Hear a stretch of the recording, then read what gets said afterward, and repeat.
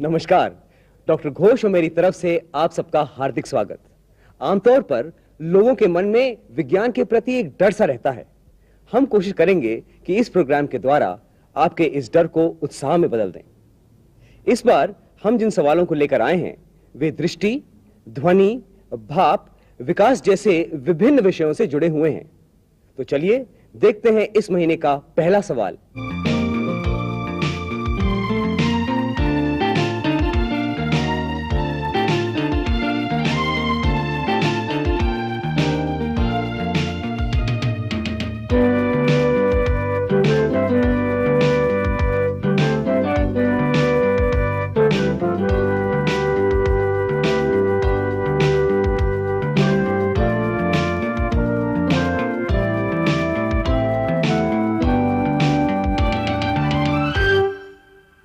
Why do we find it easier to aim with one eye? एक आंख से निशाना साधना क्यों आसान है? गहराई या दूरी का निर्णय करने में हमें दोनों आंखों की जरूरत पड़ती है, लेकिन किसी चीज की सीध मिलाने के लिए हम एक आंख बंद कर लेते हैं। डॉक्टर घोष, इसके बारे में कुछ हमको समझाइए। Try pointing your finger at a target, using only one eye to aim. Then open the other eye. You will find that your alignment has gone askew. Repeat the experiment. You will find that with both eyes open, you cannot keep your finger aimed at the target. This is because our eyes are set apart, and the two lines of sight through the tip of the finger make a small angle with each other. This means that our two eyes give us slightly different alignments. Although this gives us a better sense of depth or distance, you need to keep one eye closed for better alignment. जब हम एक आंख बंद करके निशाना लगाते हैं तब बिल्कुल सीध में अपने लक्ष्य को देखते हैं, लेकिन जब हम दूसरी आंख भी खोल देते हैं तो हमको ऐसा लगता है जैसे लक्ष्य अपनी जगह से खिसक गया हो। लक्ष्य को पूरी तरह एक सीध में लाने के लिए निशानेबाज को एक आंख बंद करनी ही पड़ेगी। One-eyed vision can sometimes be a handicap though. Try this little experiment. Keep your index finger upright at eye level. Close one eye and then try and bring the index finger of the other hand down to match the finger you are holding up. Most of the time you can't do that. This is because, as we have seen, one-eyed vision gives us a poorer sense of depth or distance. It's interesting, however, that pictures and paintings look better with one eye. The effect is enhanced if you look at them through a tube. The reason is very simple. When you look at a picture with both eyes from a moderate distance, you are forced to recognize it as a flat surface. But with one eye closed, your mind is free to take up the suggestions made by the light and shade in the picture. So, when you have gazed at it for a while with one eye only, the picture begins to acquire a three-dimensional character. If you don't believe me, try it yourself. And now, let's move out of sight to sound.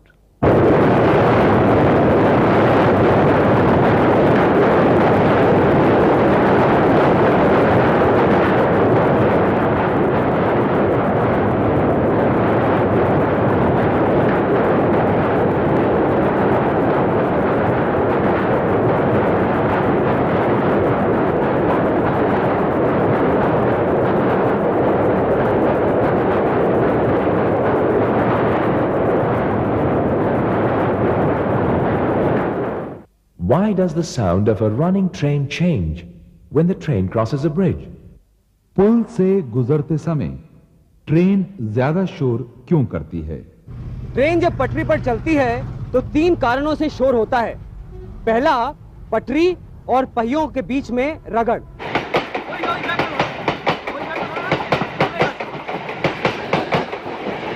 दूसरा, पटरी को फैलने के लिए जो बीच बीच में थोड़ी सी जगह दी जाती है उस पर पहियों का प्रभाव।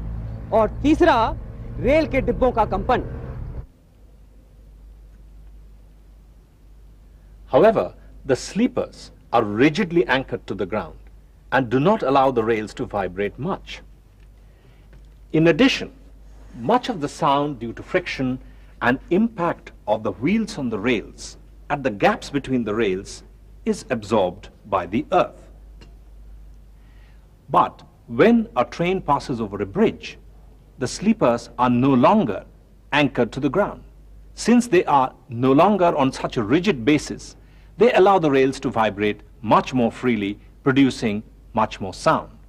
In addition, the hollowness of the bridge structure, as well as the resounding quality of the water below, add to the loudness, which, however, diminishes as soon as the train passes to the opposite bank of the river.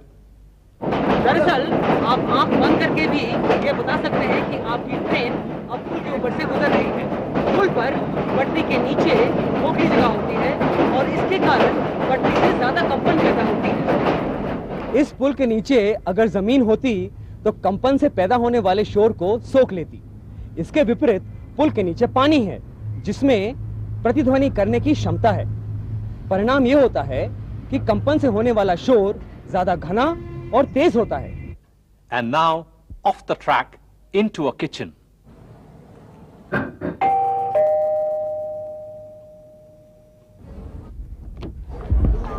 अरे रीता, तुम?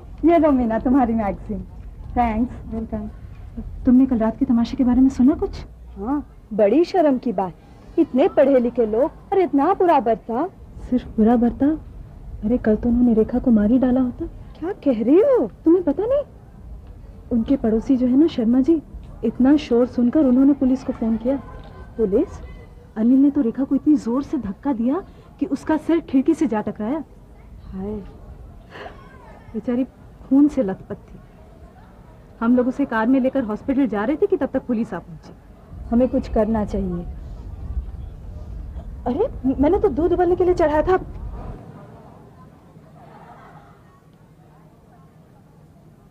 Why does boiling milk spill over? दूध उबलने के बाद छलकता क्यों है? अभी जो हमने देखा वह किसी भी रसोई घर का सामान्य दृश्य है। डॉक्टर घोष, ये होता क्यों है? Milk always contains fat, proteins, carbohydrates and minerals. Heat causes the fat present in the milk to separate out, rise to the top and form a thin skin which is stretched but weak. Milk also contains a lot of water. Now the water in the milk is converted into steam at the bottom. The steam also rises to the top and presses against the skin to create a sea of bubbles. These bubbles grow and coalesce and build up a pressure below the skin. And before long, the milk spills over. चम्मच से दूध को चलाते ही वसे की परत टूट जाती है। अभी तक दूध का जलीय भाग भाप बनकर फफोलों के रूप में ऊपर की तरह आया था। अब इन फफोलों के टूटने से भाप निकल जाती है और दूध फिर से बैठ जाता है। यह उबाल सिर्फ दूध में ही नहीं होता, गन्ने के रस से गुड़ बनाते समय भी यही बात होती है। दरअसल जिस द्रव में गर्म होने पर परत बनाने की क्षमता रहती है उसमें उबाल आता ही है। We all know that milk is essential for growth. We finished discussing milk, so let's move on to growth.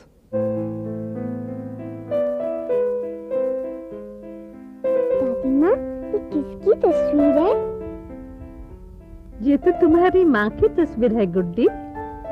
मेरी माँ इतनी छोटी? हाँ, 6 महीने की उम्र में हम सभी इतने ही छोटे होते हैं। इतनी छोटी माँ अब इतनी बड़ी हो गई है। घबराओ नहीं, तुम भी बड़ी हो जाओगी।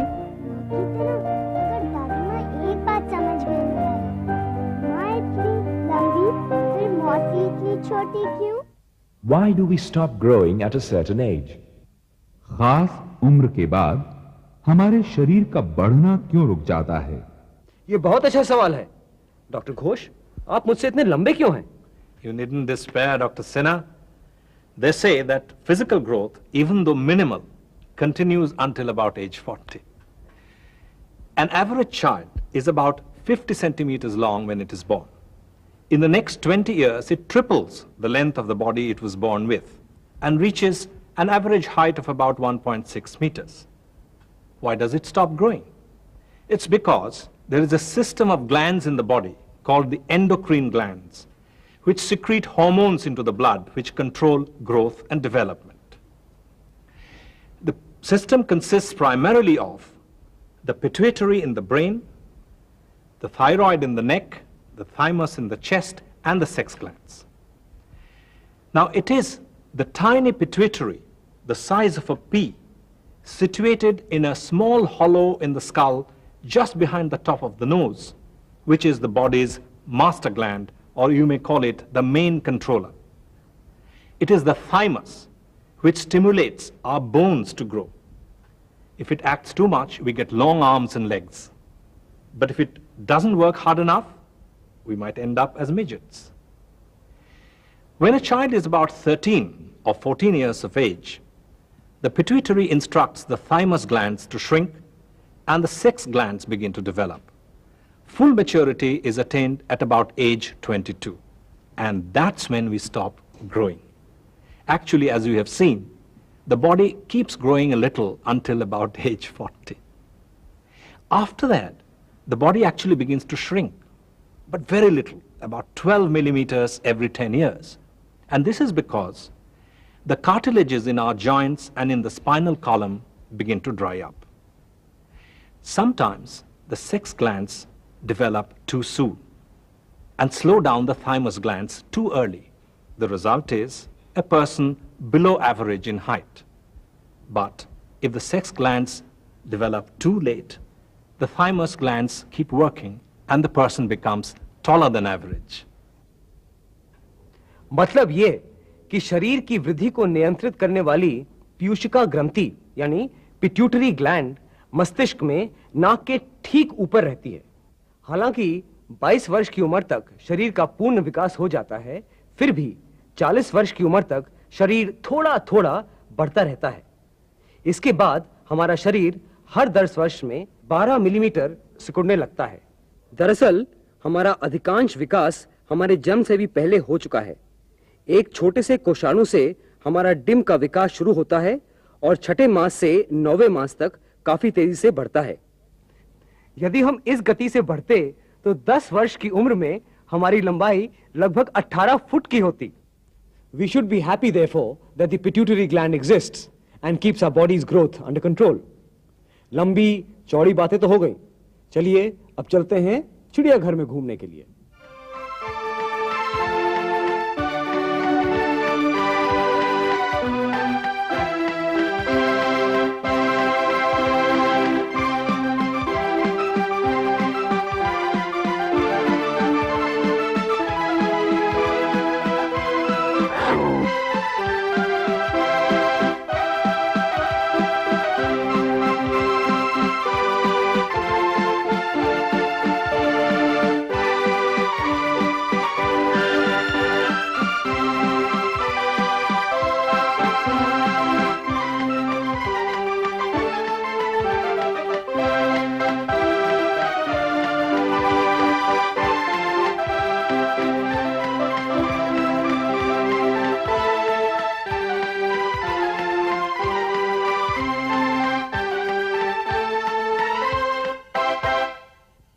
Why is it that only birds have feathers? पक्षियों के ही पंख क्यों होते हैं? Did you know that birds started life as reptiles some hundreds of million years ago?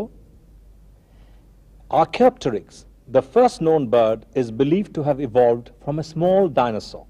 This ancient bird was of the size of a large pigeon and had 4 equal limbs. These reptiles got squeezed for space on Earth. Evolution found a way, gave them feathers and wings to travel far and wide for food and shelter. In fact, had it not been for these feathers, they would have been mistaken for the lizard. Bird feather is a marvel of evolution. Feathers probably first evolved to provide warmth, and they were highly complex derivations of reptilian scales. In other words, feather is merely another form of the substance which in other animals appears as hoofs, horns, and nails. And now, let's join Dr. Sinha in the museum.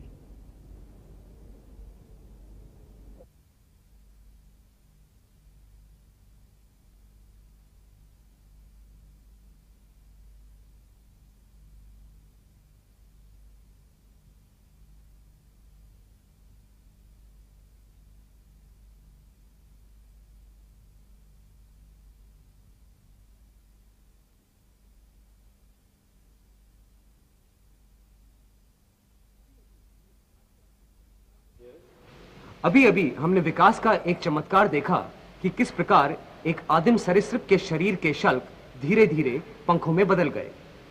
पक्षियों के पूर्वजों को उड़ने की जरूरत पड़ी और इसलिए ही पंख बने।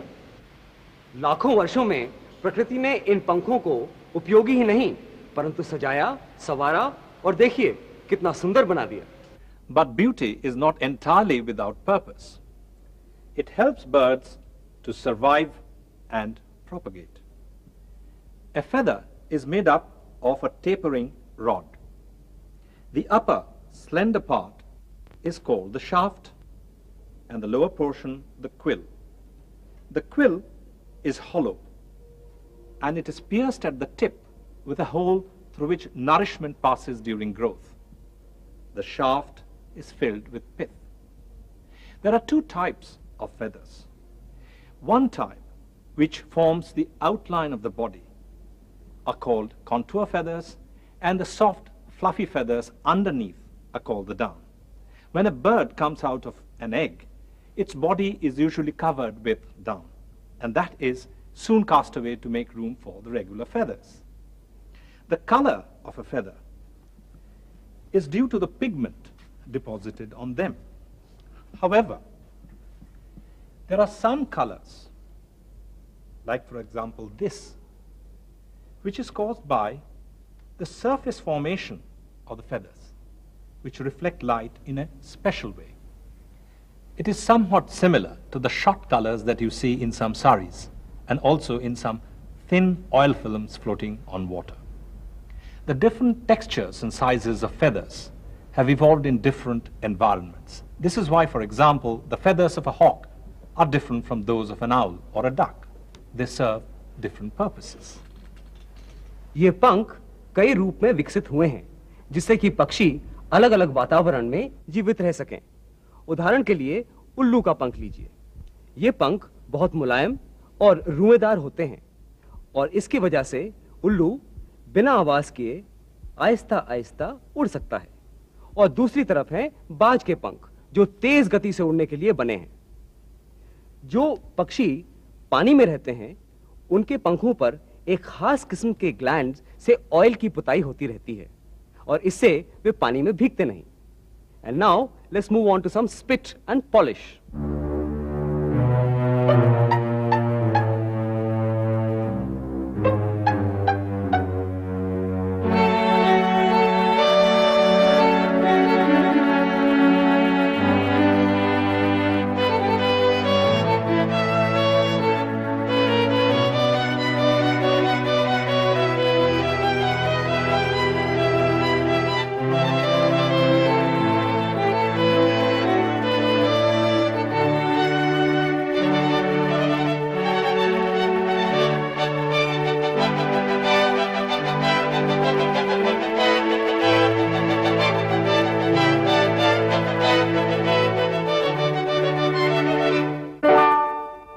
There was no shine on the shoe, or in the polish, or the brush. How did it come about? पहले ना तो जूते में चमक थी, ना पॉलिश में, ना ब्रश में। फिर ये चमक कहां से आई? There are actually two factors which contribute to the brilliant shine on that shoe. One is the degree of smoothness of the surface, and the other is the regularity with which light is reflected by it. Now there are irregularities, depressions and scratches on every surface, dull and polished, when seen under a powerful enough microscope such as an electron microscope. However, it is the size of these irregularities which determines how light falling on it will be reflected. This is because light travels like waves, very much like waves on the surface of water. Now, you have seen huge waves as well as small ripples. One way of characterizing these variations in size is by means of the distance between one crest and the next. Scientists call this distance the wavelength.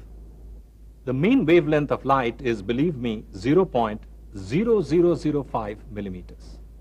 If anything is smaller than this, then it cannot be seen by light.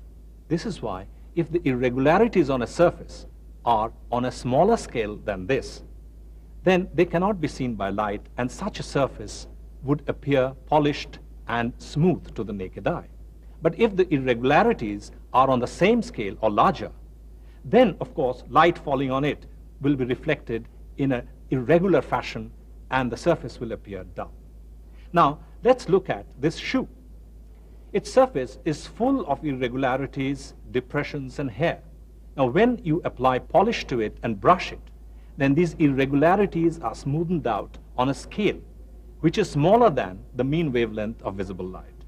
And that is why such a surface reflects light in a regular fashion and appears bright like a mirror. अभी हमने देखा कि electron microscope जैसे शक्तिशाली microscope से देखने पर कोई भी सतह चिकनी नजर नहीं आती। दृश्य प्रकाश की वेवलेंथ 0.0005 मिलीमीटर की होती है। जब खुरदरापन वेवलेंथ के सामान्य आकार या उसे बड़े आकार का होता है, तब प्रकाश की तरंगें बेतरतीबी से बिखरती हैं, इसलिए सतह अब चमकती नहीं। मतलब ये कि यदि खुरदरापन वेवलेंथ से छोटा हो तो सतह चमकीली दिखाई देगी। चमड़े पर उसकी सतह खुरदरेपन और रुओं से भरी होती है। जूते की पॉलिश इस खुरदरेपन को भर देती है, ब्रश रुए को लिटा देता है, और अब क्योंकि खुरदरापन प्रकाश की वेवलेंथ से छोटा हो गया है, इसलिए सतह चिकनी लगने लगती है। तो आइए चलते हैं पिछले महीने के खास सवाल पर। आपको याद होगा कि पिछले महीने हमने इस झाड़ू को अपनी उंगली पर ठीक इस जगह संतुलित किया था और यहीं से ही काट दिया था। चलिए अब इसको तौलते हैं।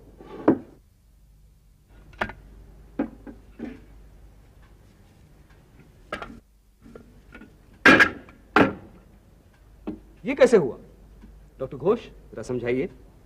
What happened was this. When you balance the broom on your finger, then unequal weights were acting on unequal arms of a lever. And the heavier weight, you must have noticed, was nearer the fulcrum. Now this balance is also a lever, but it has equal arms. And now unequal weights are acting on equal arms of a lever, and so the balance is lost. कहने का मतलब ये कि पिछली बार जब हमने इसको एक जगह पे संतुलित किया था, तो ये झाड़ू एक लीवर बन गई थी, जिसके दो बाजू असमान थे, देखने में और वजन में भी। छोटे हिस्से का वजन ज्यादा था, और यही आप देख रहे हैं। ये तो आपने देखा पिछले महीने के खास सवाल का जवाब। अब मैं आपको एक ट्रिक दिखाना चाहूंगा।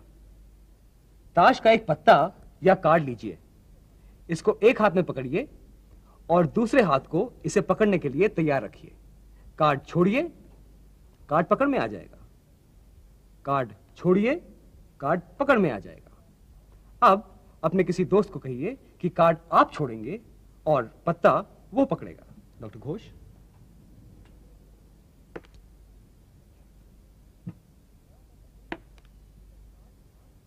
ज्यादातर ऐसा ही होगा कि जब कार्ड आप छोड़ेंगे और दोस्त पकड़ने की कोशिश करेगा तो वो नहीं पकड़ पाएगा। ये क्यों और कैसे होता है, इस सवाल का जवाब अगले महीने अपने टीवी सेट पर हमारे 6 नए सवालों को देखना ना भूलें। और तब तक के लिए क्यों और कैसे कार्यक्रम की तरफ से आप सबको नमस्कार।